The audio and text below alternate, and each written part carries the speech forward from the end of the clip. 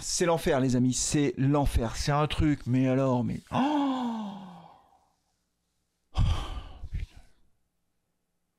je ne sais pas comment on va s'en sortir. Hein. Salut à tous les amis, on se retrouve pour le débrief. Angers, Saint-Etienne, Angers a gagné 4-2. Une victoire logique, il faut le dire. Une victoire logique d'Angers, il n'y a rien à dire de ce point de vue-là. Ils n'ont pas volé leur victoire. On va refaire le débrief du match, on va parler des performances individuelles. Mais franchement, déjà, le premier point, c'est que tu perds face au Havre à domicile. Tu perds face à Angers. Donc tu perds face à des équipes avec lesquelles tu seras j'ai envie de dire en combat permanent jusqu'à la fin de saison pour le maintien. C'est une victoire à 6 points là pour Angers. C'est 6 points là. On pouvait avoir 10 points et eux les laisser à 4. Bah finalement on est à 7 partout. Et comme ils ont un meilleur goal average, ils nous passent devant. Elle vaut cher cette victoire. Hein. Enfin elle vaut cher cette défaite du coup.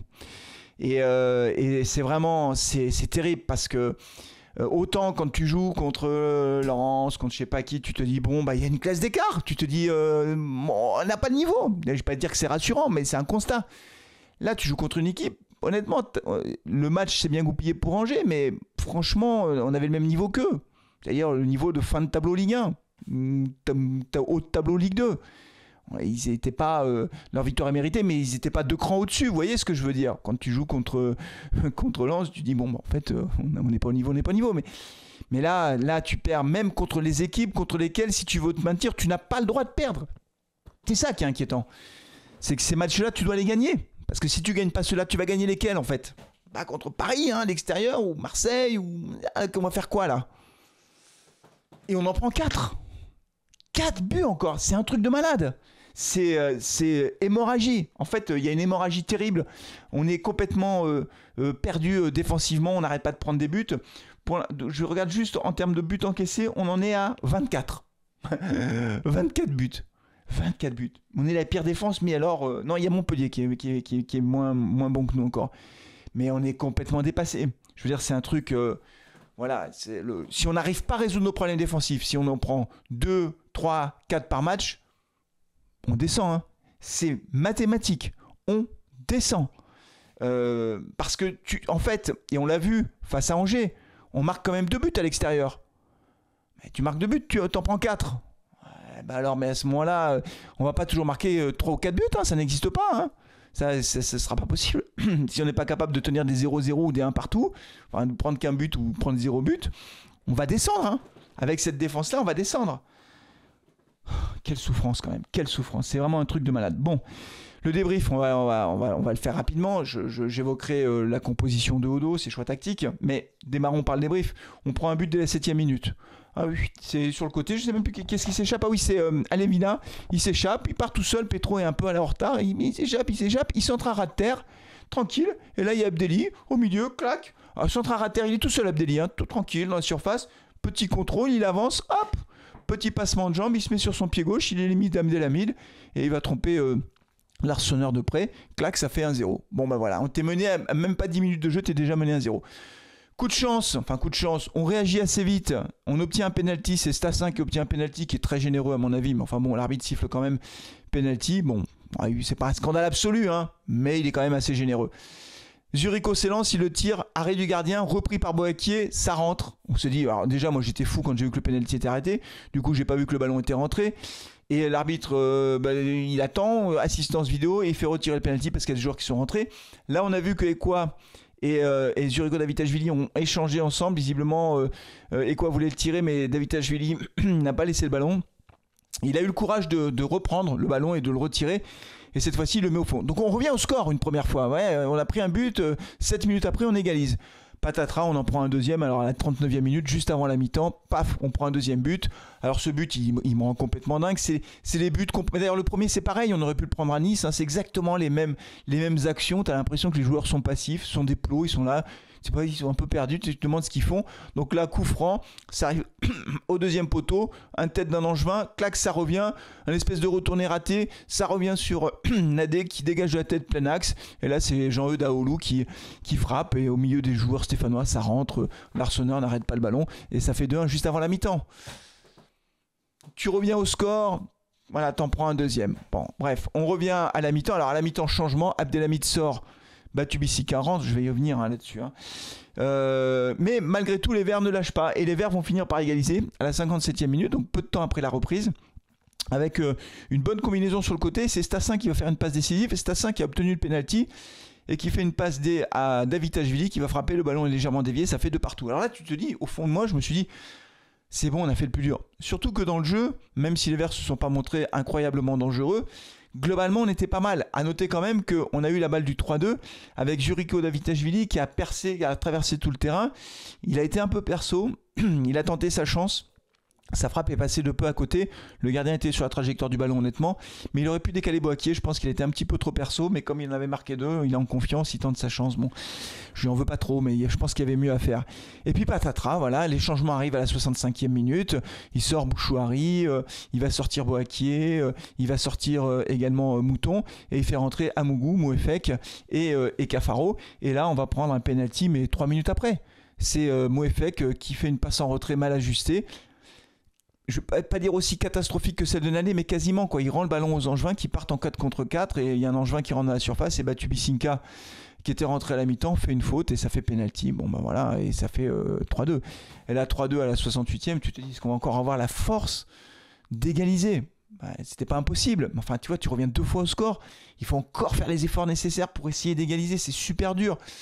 Et à la fin, on prend le 4e en toute fin de match à la 93e, 1 minute de la fin du match, un centre qui arrive de la droite. Et Batubisinka qui se trouve, le ballon lui passe entre les jambes. Et c'est Bemba Diang qui marque le 4e but. 4-2 les amis au classement. C'est la catastrophe. Dans la tête, c'est la catastrophe. Et défensivement, c'est la catastrophe. Je veux en venir là. Alors sur les choix tactiques de Odo, il avait pris des risques. Enfin pris des risques. En tout cas, il avait fait des choix... clair, il avait fait tourner son effectif puisque Mouton était titulaire pour la première fois, Bouchouari était titulaire pour la première fois, Boakier faisait son retour dans le 11 de départ et Abdelhamid était aussi titulaire. C'est pas à cause d'Abdelhamid qu'on a perdu ce match, hein. Vraiment, faut le dire. C'est pas Abdelhamid qui est responsable de ça. Par contre, on a vu en première mi-temps qu'il était, mais comme je l'ai déjà dit, comme tout le monde l'a vu, qu'il était dépassé. Et donc il prend un carton, il a fait beaucoup de passes à l'adversaire, donc une qui aurait dû nous coûter un but. Hein. Si les Angevins avaient mieux négocié leur truc, ça nous coûtait un but. Donc, il n'est pas dans son match. Et donc, Odo décide de le faire sortir à la mi-temps. Mais c'est catastrophique, en fait. C'est catastrophique. Tout est catastrophique. Alors, on dit, au moins, il a le courage de le sortir. Oui, mais pourquoi le met-il titulaire? Alors, on va me dire, ouais, mais t'as vu Batubisinka, une faute dans la surface, il joue une mi-temps, une faute dans la surface et une grosse erreur personnelle, le ballon lui passe entre les jambes et ça fait but derrière. C'est vrai. Mais il est obligé de se déjuger, en fait, Odo. C'est-à-dire qu'à la mi-temps, il est obligé de dire à Younis, tu sors, alors qu'il n'est pas blessé. C'est pas bon, tu sors pas, ta défense centrale, tu dois pas la changer, en fait. Je l'ai déjà dit, mais une défense centrale en Ligue 1, tu ne la sors pas. Il est obligé de se déjuger. Ça va pas du tout, Odo. Ça ne va pas du tout. Ça ne va pas du tout. Après, sur les autres entrants, j'ai trouvé Boakier plutôt pas mal. Stassin, qui était titulaire à la place de Sissoko, j'ai oublié de le préciser, a fait plutôt un bon match. Franchement, Stassin, très intéressant. Techniquement, il est bon. Hein. Et puis, encore une fois, il obtient un penalty et il fait une passe décisive. Boakier n'a pas été mauvais. Moi, j'ai trouvé Bouchouari intéressant. Moi, j'ai trouvé que Benjamin Bouchard était intéressant. En tout cas, beaucoup plus intéressant que Mouton. Et beaucoup, beaucoup plus intéressant que Ekwa. Mais Ekwa, faut arrêter, en fait. Là, je pense que Ekwa, il faut le sortir. Il fait partie des quelques joueurs comme ça qui ne sortent jamais avec Odo. Il commence tous les matchs et il finit tous les matchs. Mais Ekwa, je suis désolé, ça va pas du tout. Hein. Il récupère pas de ballon, il n'est pas décisif devant, ça va pas Ekwa. Donc moi, Bouchouari, j'ai trouvé bien meilleur qu'Ekwa. Mais dites-moi ce que vous en pensez. Alors, je suis sûr que les anti-Bouchouari vont me tomber dessus en disant « Ah, on a vu Bouchouari, il n'a rien fait. » Je suis pas d'accord, moi, Bouchouari, j'ai trouvé intéressant dans le jeu. Il se rend disponible. Hein. Lui, il bouge, hein, il appelle les ballons, il se planque pas derrière à faire des passes en retrait. Hein. Il crée les décalages, il va devant, il fait les efforts défensifs. Il a gratté un nombre de ballons défensivement qui était très impressionnant. Hein. Donc Bouchouari, ouais, il a raté 1 ou 2 passes, ouais, c'est vrai. Mais par rapport à tout le jeu qu'il a fourni, moi je trouve que Bouchouari a été bon. Mais on ne sera pas d'accord, peut-être, hein, j'en sais rien. Mouton a été plutôt décevant. Et puis alors les entrées de Mouefek, mais Mouefek, il y a un problème Mouefek, je sais pas, qu'est-ce qui se passe, il a pris du poids, physiquement il n'y est plus Mouefek. Amougou, il a rien apporté, et puis alors Cafaro, je sais même pas s'il est rentré sur le terrain, Mathieu Cafaro. Honnêtement, je l'ai pas vu. Je sais pas, il est rentré à la 65e, je sais pas s'il a touché un ballon en fait. Donc on a une équipe faible. Voilà, on le sait, on a une équipe faible et ça va être très dur et ça va être encore plus dur qu'on l'imagine si on perd contre les équipes contre lesquelles on est censé se battre pour le maintien en Ligue 1. Donc c'est l'enfer, voilà, c'est l'enfer. C'est l'enfer. Je ne sais pas comment on va s'en sortir. La seule porte de sortie que je vois à date, je ne vais pas être trop pessimiste non plus, mais c'est un mercato d'hiver invraisemblable en fait. Tu vas renforcer la défense, mais là, prendre 4 buts à Angers, on en a pris 4 à Brest, on en a pris 8 à Nice, on en prend 2 face à Lens, on en prend 2 face à Nantes, mais on prend combien de buts par match? C'est incroyable. 9 x 3, 27, on est quasiment à 3 buts par match. C'est pas possible.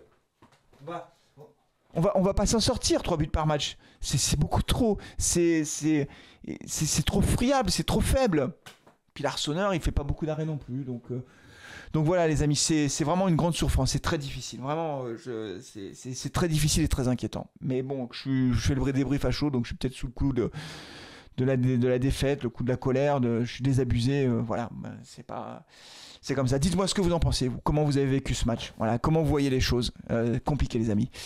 C'est tout pour ce débrief. Voilà, on essaye de garder un peu le sourire, mais ça va être compliqué. On va essayer de regarder d'autres matchs ce week-end. On va regarder le Classico en Espagne. On va se changer un peu les idées parce que là, ça devient vraiment très compliqué. Merci d'avoir suivi ce débrief. N'oubliez pas de liker la vidéo, de vous abonner. On est à plus de 24 900 abonnés. Donc, on va atteindre les 25 000 très prochainement. Merci à tous, les amis. Prenez soin de vous, de vos proches. Et allez les Verts. Ciao.